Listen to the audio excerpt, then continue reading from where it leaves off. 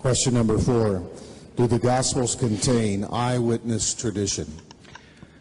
When I was a Bible-believing evangelical Christian attending Moody Bible Institute, before I began my serious scholarship on the New Testament, before I began to read it in Greek, and before I saw what serious scholars of the world had to say about it, I was absolutely convinced that the Gospels not only contained eyewitness tradition, but that they were written by two eyewitnesses, Matthew and John, and by two people who were close companions to people who were eyewitnesses, Mark and Luke. Intense research has a way of changing your mind about things. But I don't want you to think that this is a reason for you not to use your brain. Even if you are the most hardcore, Bible-believing evangelical on the planet, you surely think that God gave you a brain. Use your brain. Craig and I will agree on this. God gave you a brain to think with. Apply reason. That's why God made you a human being instead of a slug. Don't be afraid of using your intelligence to find out the truth. The truth may not be what you were taught, but if it's true, you should believe it, not run from it. As I studied more and more using my intelligence as an evangelical, but also praying about it, I became convinced that the New Testament Gospels were not written by eyewitnesses or by people who knew eyewitnesses. The first point to make is the rather obvious one that the Gospels don't claim to be written by eyewitnesses. They are all anonymous. The titles in your Gospels, the Gospel according to Matthew and so forth, were added by later editors. They were not put there by the original authors. Second point, none of the Gospels claims to be written by the person whose name it bears. They don't claim to be written by eyewitnesses, and they don't claim to be written by people named Matthew, Mark, Luke, and John. Those are later traditions that were added to the Gospels. These traditions do not start appearing for about 100 years. Some people think that there is an early church father named Papias who attests to the witness of Mark and Matthew, but in fact there are very solid reasons for thinking that Papias, who lived around the year 120 to 140, is not referring to our Mark or our Matthew.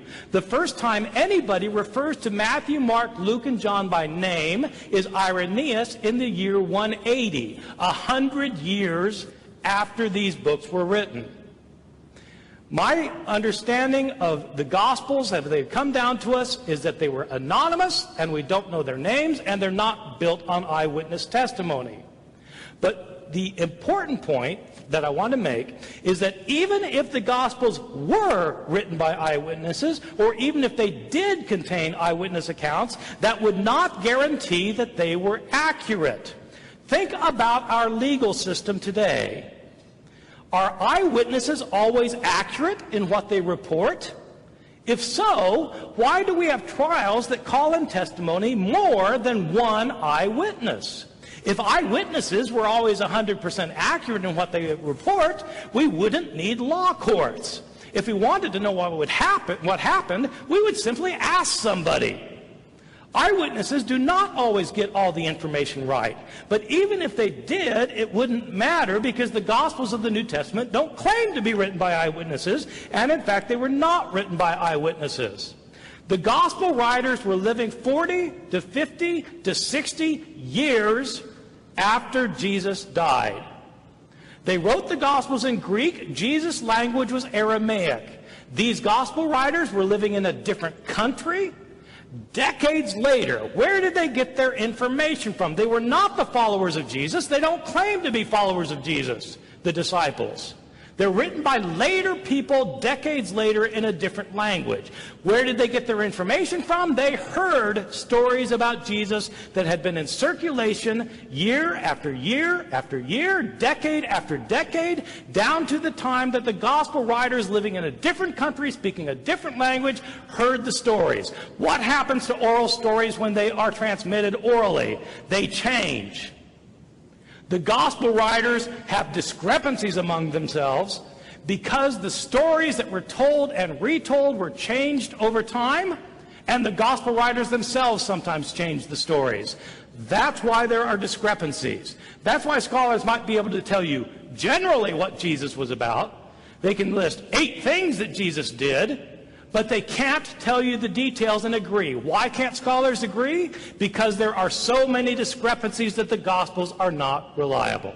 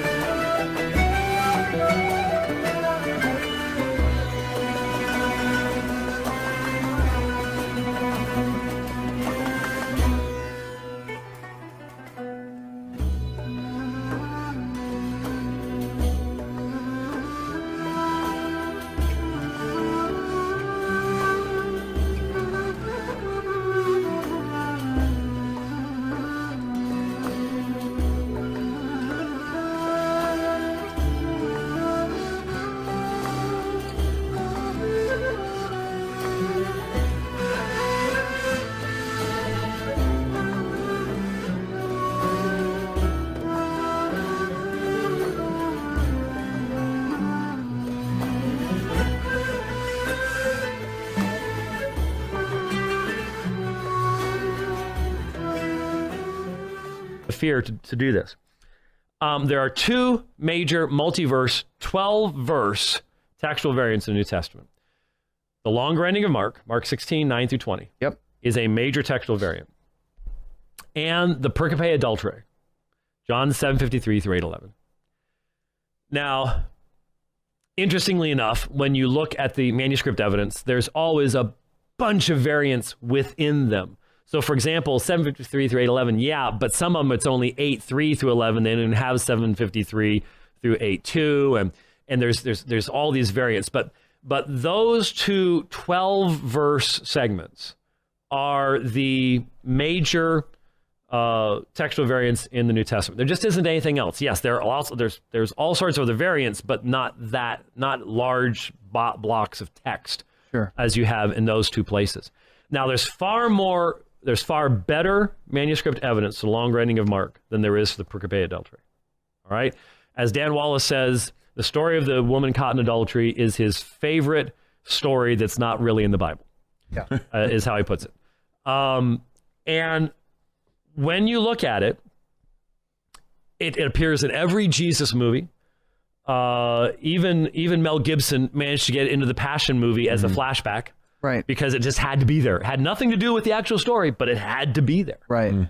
And so you trigger the traditional emotions if you dare say anything about this text, or you dare. What happened was someone in what's called the Reformed Pub on Facebook asked a simple question.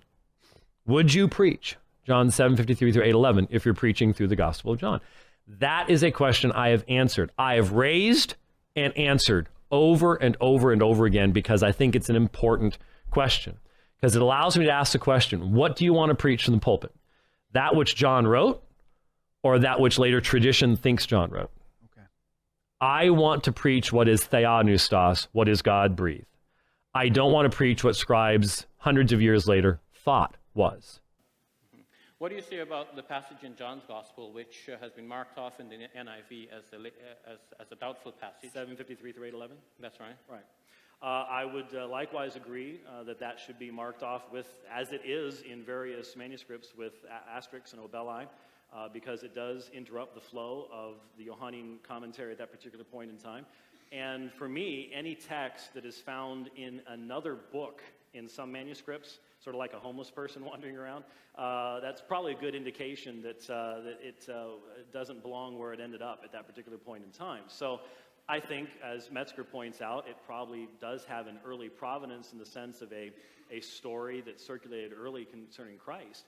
But from my perspective, I don't think you should ever use a text that has that kind of textual questioning behind it in regards to the establishment of doctrine. And of course, none of those texts do establish any particular Christian doctrine as the only place where you find that kind of a teaching found. How about the story of the adulterer and the adulteress? Oh, and John. Yeah. Doesn't exist in the earliest manuscripts. The one where Jesus says, how does it go? He said, those without sin cast the first stone. Yeah. Wonderful story, beautiful story.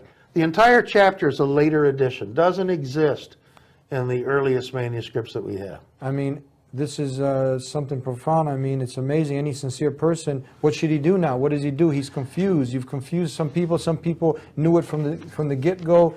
I mean, where do we go from here now? Well, a person needs to study. And this is what I would advise any Christian to do. Study your Bible and study a good translation of the Bible. And the one I would recommend is the New Revised Standard Version, because it does go back to some of the earliest manuscripts that we have.